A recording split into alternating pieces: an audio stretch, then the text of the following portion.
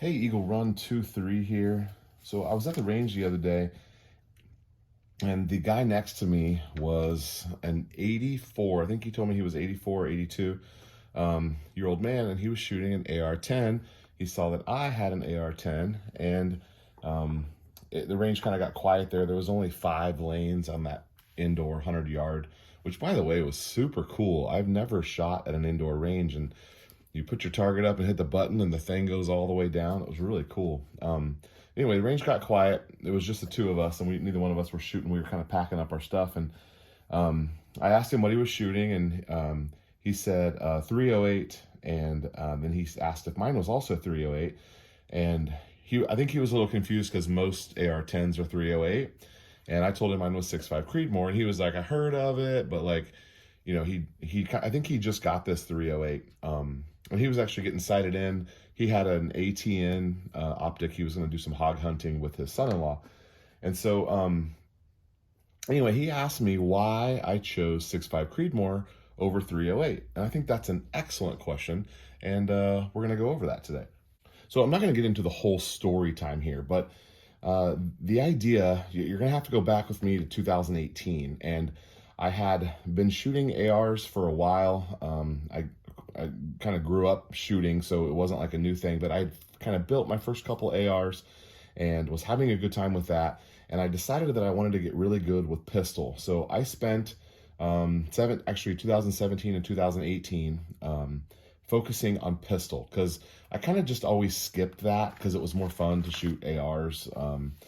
But I wanted to focus on pistol. So I spent 2 years on that and did a bunch of classes. I love taking classes. And so I kind of went through all the classes that my local training place had to offer, the one that I was a member of there. And then it came to a point where people were talking more and more about 6.5 Creedmoor, and I was watching some videos on YouTube, and I just decided I wanted to shoot something long range. Now, to this day, I've never shot anything over 500 yards. Actually, I think it was like 460 something. And to this day, that's the longest I've gone. And that was actually with a 223.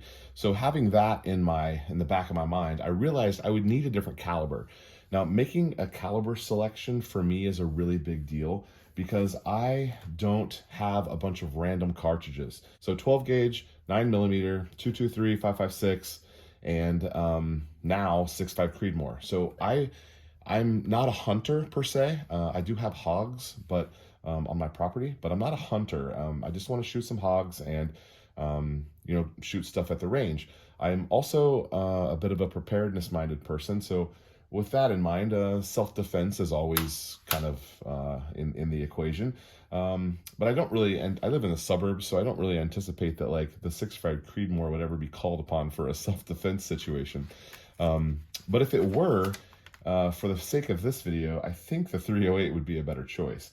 But given that I wanted to go longer than 500 yards, 6.5, the price in 2019 and 18, when I first started buying some components, was they were within like 10 to 20 cents of each other per round.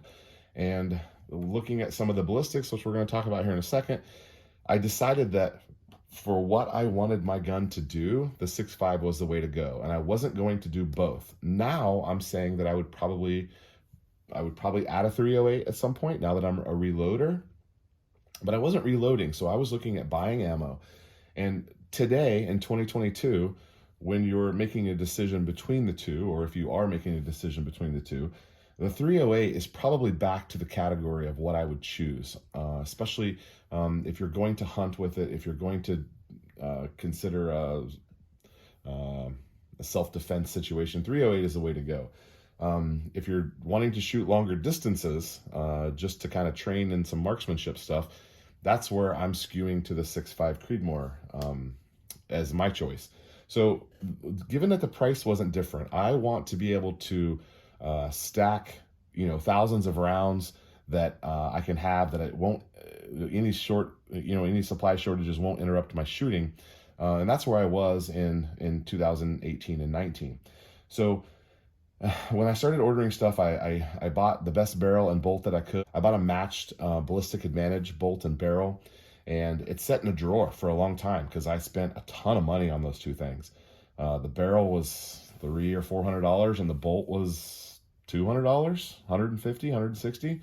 I'd have to go back and look, but I spent several $100s on that project, and then I found that I wanted a billet machined matching set of uppers and lowers. I felt like billet was the strength, and so I went with that. And those are the same choices I would make if I were doing 308 as well. So no differences there, other than I had to choose in order to get the barrel that I wanted.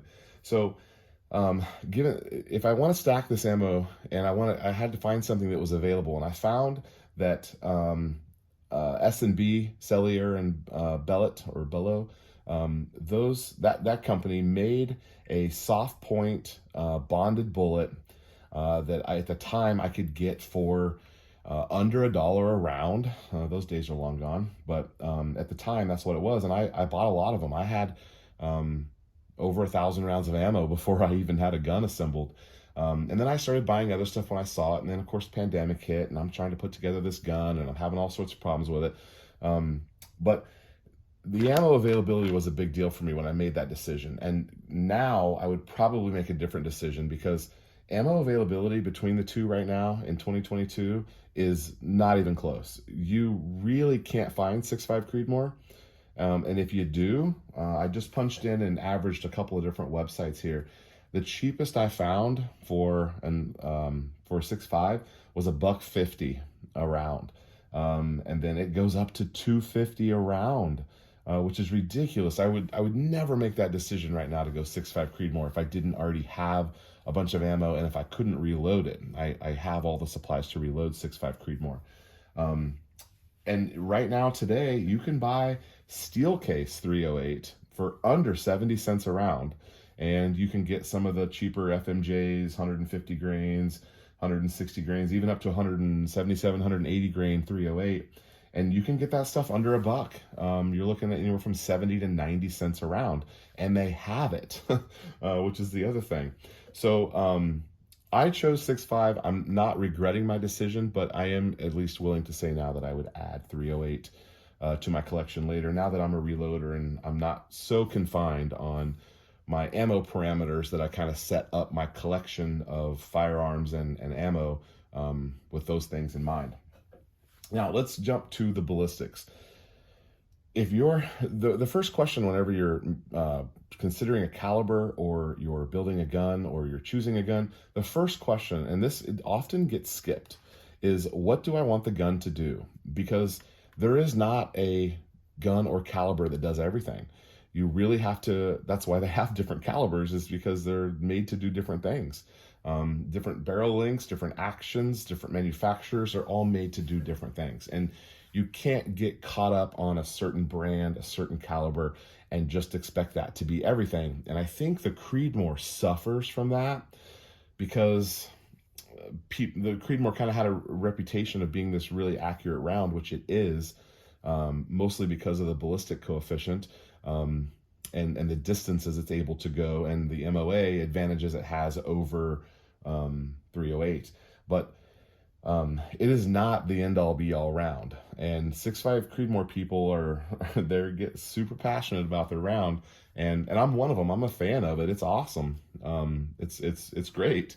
So let's talk about some of the ballistics. So at 400 yards, so if you're shooting no more than 400 yards, the ballistics between 308 and 6.5 are virtually identical. Wanting to shoot longer distances, again, I'm saying longer distances is relative.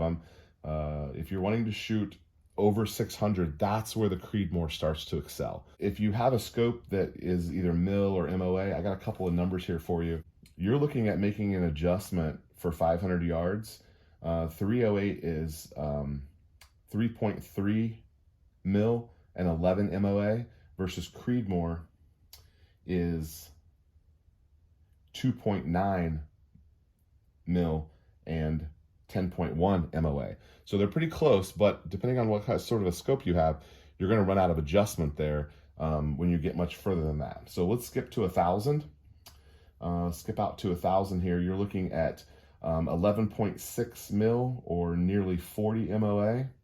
And on the 6.5 Creedmoor, you're looking at 5.6 mil and 19 MOA. Most of that's going to be available inside of your quality scope. And then the interesting thing, out to a mile, the difference between 6.5 and 308, you're looking at 129 MOA versus 88 MOA. So your range of adjustments there is a big deal, and you can make up for some of that with your different scope mounts and things like that. You can get a 20 MOA mount and make up for a lot of that if you're planning on going that deep, 1,000 yards, even a mile. They're both capable of hitting that. It's just how much adjustment and drop you're looking at. Let's take a look here at how these are both at 100 yards and how we shot. These were the first, can you see over here? Yeah. These were the first 3 shots that we had. Get a marker. I was fooling. I got 2 rounds right there, and then here and here. Now, I was fooling with this trigger because, as you know, I was getting light primer strikes, or so I thought. Really, my bolt was just not fully in battery. And so I didn't know when this gun was going to fire. And so I wasn't really focusing on my shooting. I was more focusing on my gun not working. And so the results here are going to get better as I get more familiar with this gun. The crazy thing is I've had this thing going for years, and I've really only shot about maybe 40 or 50 rounds down the barrel. So as things started to work out just a little bit, right, you can see over here, we have a decent group right here. And if we want to measure that, middle to middle, yeah, that's the furthest right there. Again, not being able to focus, and I'm under 1.5 inches. Under 1.5 inches there for fooling with my trigger. And I'm going to go back next week and hopefully my changes have made a difference here. So these were also some different rounds that I shot. Represented here on these 2 targets is the total number of bullets that I shot, which was under about 12 or 15, I think.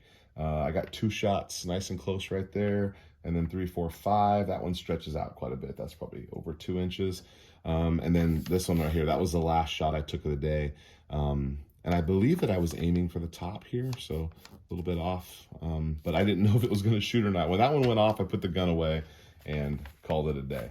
There really is no way for me to tell you which is the right one for you. And I think if someone is telling you that, they're probably giving you bad information, because what's right for you is not going to be right for the next guy. So just make sure that you've considered what you're wanting the thing to do, and then do some research and see which one's going to be best for you. I would like, if I do start doing some more deer hunting and things like that, or if I want to maybe get more into some ammo availability if I'm unable to reload or something, it would be probably Advantage 308 right now. I think it's also a little bit frustrating to compare these 2 rounds because they get lumped together quite often, and it's really unfair because they don't really do the same job. 308 is definitely a hunting round. The military has used it. It's an effective 30 caliber round that is pretty devastating. And both of them are over 2,200 feet per second, which that's the magic number for that rifle wound, creating a wound cavity that's really catastrophic. And you're looking at staying above 2,200 a whole lot longer on the 6.5 Creedmoor. But then again, the 6.5 Creedmoor is not really a hunting round. It can be, but it's not really the best choice for a hunting round. So hopefully shed some insight there for you. If you have any questions or you want to add to this, I'm certainly not an expert in this category, but I'm just kind of sharing my experience here. I would appreciate it if you subscribe, leave me a comment, and we'll see you on the next video.